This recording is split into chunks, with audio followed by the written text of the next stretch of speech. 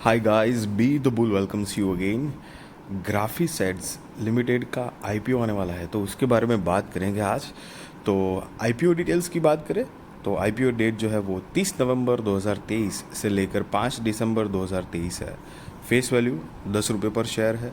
Price 111 रुपये पर share है। लॉट साइज 1200 शेयर्स का है। टोटल इशू साइज़ की बात करें तो 48,12,000 शेयर्स, करीब 53 करोड़ 41 लाख रुपए कंपनी जुटाएगी और सारे के सारे फ्रेश इश्यूज़ के माध्यम से आएंगे। मतलब 48,12,000 शेयर्स, 53 करोड़ 41 लाख रुपए कंपनी जुटाएगी, जिसका बेसिस ऑफ अलॉटमेंट जो है वो 8 दिसंबर 2023 को होगा। इनिशिएशन ऑफ रिफंड जो है वो 11 दिसंबर 2023 को होगा। मतलब आपने अगर आईपीओ में अप्लाई किया है और आपका आईपीओ नहीं लगता है तो रिफंड की इन्फॉर्मेशन आपको 11 दिसंबर 2023 को मिल जाएगी। और अगर आपका आईपीओ लग जाता है तो शेयर्स आपके डीमेट अकाउंट में क्रेडिट हो जाएंगे 12 दिसंबर 2023 को। लिस्टिंग डेट जो है वो 13 दिसंबर 2023 है। Cut off time for UPI mandate confirmation शाम को 5 बजे 5 दिसंबर 2023 है। फिक्स प्राइस इशू आईपीओ है। जो लिस्टिंग है एनएसई एसएमई है गाइस, तो ये एक स्मॉल एंड मीडियम एंटरप्राइजेस का आईपीओ है। मेन बोर्ड आईपीओ नहीं है, जिसकी शेयर होल्डिंग प्री इश्यू 1,34,64,500 है और शेयर होल्डिंग पोस्ट इश्यू 1,82,76,500 है। और market maker portion 2,42,400 shares Rikhav securities के नाम पे है, जो कि मार्केट मेकर पोर्शन है। और उसका रिजर्वेशन देखेंगे तो retail shares offered 50% of the net offer है। Other shares offered 50% of the net offer है। सो आप रिटेल कैटेगरी में हो तो मिनिमम हो या मैक्सिमम एक ही लॉट के लिए अप्लाई करना है, जिसमें 1200 शेयर्स आएंगे। 1,33,200 रुपये आपको जमा करने पड़ेंगे। और एचएनआई कैटेगरी में हो तो मिनिमम 2 लॉट के लिए आपको अप्लाई करना है। 2400 शेयर्स आएंगे। 2,66,400 रुपये आपको जमा करने पड़ेंगे गाइस। अब प्रमोटर्स की बात करें तो mister Mukesh Kumar Gupta, mister Alok Mukesh Gupta and mrs Padma Mukesh Gupta are the promoters of the company, जिनकी शेयर होल्डिंग प्री इशू 99.99% है। शेयर होल्डिंग पोस्ट इशू 73.66% होगी। मतलब आफ्टर आईपीओ उनकी होल्डिंग 73.66% होगी। अभी तकरीबन सारा माल 99.99% माल जो है स्टेक वो उन्हीं के पास है। कंपनी की अगर बिजनेस के बारे में ब्रीफ आइडिया लें तो इनकॉर्पोरेटेड इन 1987 है। So Graphisads limited is an integrated marketing, advertising and communication agency providing 360-degree solutions to its wide array of clients. Graphics provides advertising services on the work order received by the government sector, private sector and public sector entities. The company also offers high-end ecosystem and end-to-end ad tech communication solutions platform for advertising media services consisting of brand strategy, communication strategy, creative services, media planning, media buying, and media release services, which cover advertisement modes such as newspaper, magazine, radio, and TV events and exhibitions, digital media, brochure printing and display of outdoor hoardings, digital screens and street furniture। तो एक प्रकार से सीधा सीधा ये company marketing advertising industry में काम करती है। जो भी गवर्नमेंट सेक्टर हो, प्राइवेट सेक्टर हो, पब्लिक सेक्टर हो, उनको अपनी किसी भी चीज़ के लिए एडवर्टाइजमेंट करवाना है तो ये कंपनी वो काम करके देती है। और कंपनी को कुछ अवार्ड भी मिले हैं 2013 में। दिल्ली में रियलिटी प्लस एक्सेलेंस अवार्ड मिला है। Best media agency of the year award मिला है 2013 में। फिर रियलिटी प्लस एक्सेलेंस अवार्ड मिला है 2014-15 में। Diamond award for best creative eight media pride award मिला है वो 16-17 में। And deck excellence in advertising awards 14, 15 और 16 का है। और साथ में कंपनी के ये कुछ रिकॉर्ड्स है जो 21, 22 और 23 में कंपनी ने क्या बिजनेस किया है। हालांकि वो तो अभी डिटेल में नीचे हम देखेंगे, बट द थिंग इज़ कि ये कंपनी का मोटा मोटी बिजनेस है मार्केटिंग एडवर्टाइजमेंट का।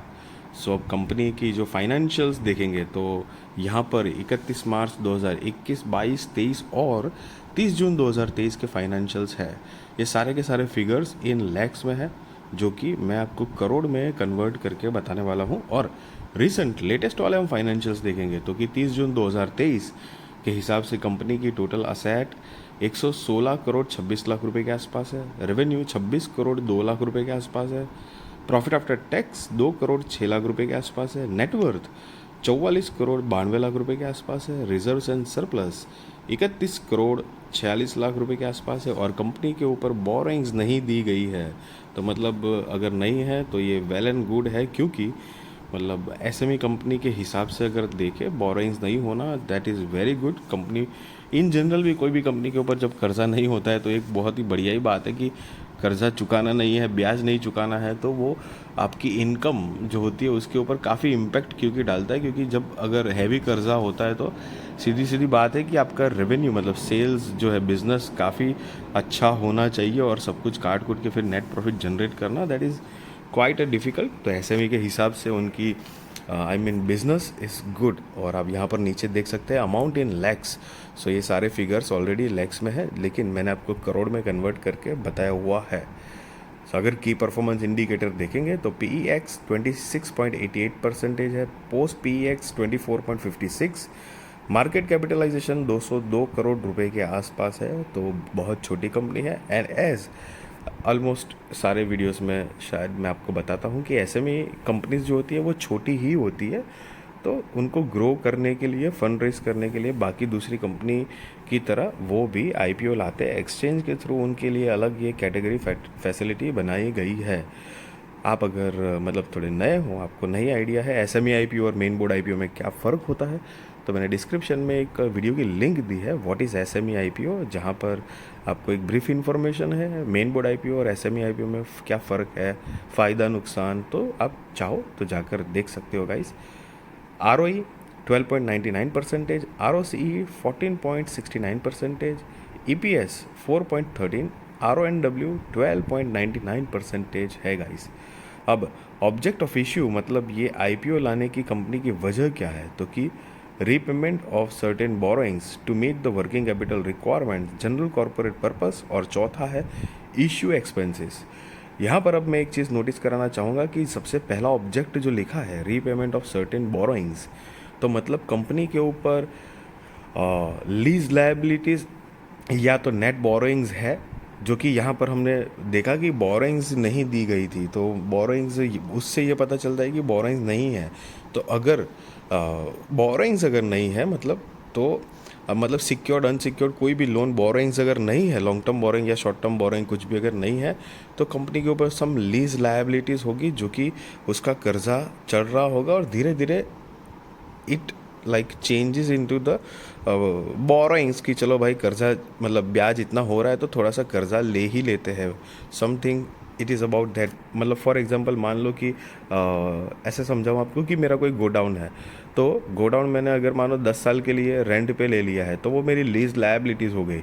लेकिन होता है कि बिज़नेस के ऊपर शायद इफ़ेक्ट होता हो, तो लीज लायबिलिटीज़ इतनी ज़्यादा है और हम मार्केट वैल्यू इवेल्यूएट जब अगर मैंने मानो करा तो मुझे पता चलता है कि गोडाउन की जो एक्चुअली बाइंग प्राइस है, तो बाइंग प्राइस अगर हफ्ता भी चुकाएंगी मेरी कंपनी तो धीरे धीरे करके तो वो मेरी खुद की प्रॉपर्टी भी हो जाएगी। सो समटाइम्स ऐसा हो सकता है कि लोन लेके कंपनी फिर वो जो एक एग्जांपल के थ्रू आपको बताया, तो क्या होता है कि फिर मैंने गोडाउन जो है वो ख़रीद लिया लेकिन छोटी मोटी लोन ले ली। सो मे बी यहाँ पर ये चीज़ होने के चांसेस है, हालांकि इनका गोडाउन नहीं होगा, मतलब ये मैंने आपको जस्ट एक एग्जांपल से बताया है क्योंकि इनकी तो मार्केटिंग है, तो सम वॉट कुछ लीज लायबिलिटीज़ होगी अगर बोरोइंग्स नहीं है तो। सो उसके साथ साथ guys I am not giving you any buy और सेल रिकमेंडेशन, और ना ही मैं आपको ये बता रहा हूँ कि आप आईपीओ में अप्लाई करो या ना करो, that is completely depend on your risk research और फाइनेंशियल एडवाइज़र को आप पूछ कर करना। But be responsible trader and be responsible investor guys. Small cap company होती है, ये बहुत छोटी कंपनी होती है, माइक्रो कैप जैसा भी गिन सकते हो आप, but micro cap actually I don't know कि मार्केट में एक्चुअली वो ऐसी कोई टेक्निकल टर्म है, क्योंकि जहाँ तक मतलब मेरा नॉलेज है small cap, mid cap, large cap 3 category एक बेसिकली बनाई जाती है, तो उसी के अंडर में एक बाइफर्केशन हो जाता है सीधा सीधा। सो गाइज़, अगर ये वीडियो आपको अच्छी लगी तो ज़रूर लाइक करिए, शेयर करिए, सब्सक्राइब करिए और आपके सारे कॉन्टैक्ट के साथ भी मेरी चैनल और मेरी वीडियो शेयर करिए, ताकि उनकी भी स्टॉक मार्केट की जर्नी और भी ज़्यादा कॉन्फिडेंट, सक्सेसफुल और अवेयर हो पाए guys. Thank you so much for watching this video और प्लीज़ मेरी वीडियो को लाइक करिए और ज़्यादा से ज़्यादा शेयर करिए और सब्सक्राइब करिए, आपके दोस्तों से करवाइए and help me out. Thank you so much guys.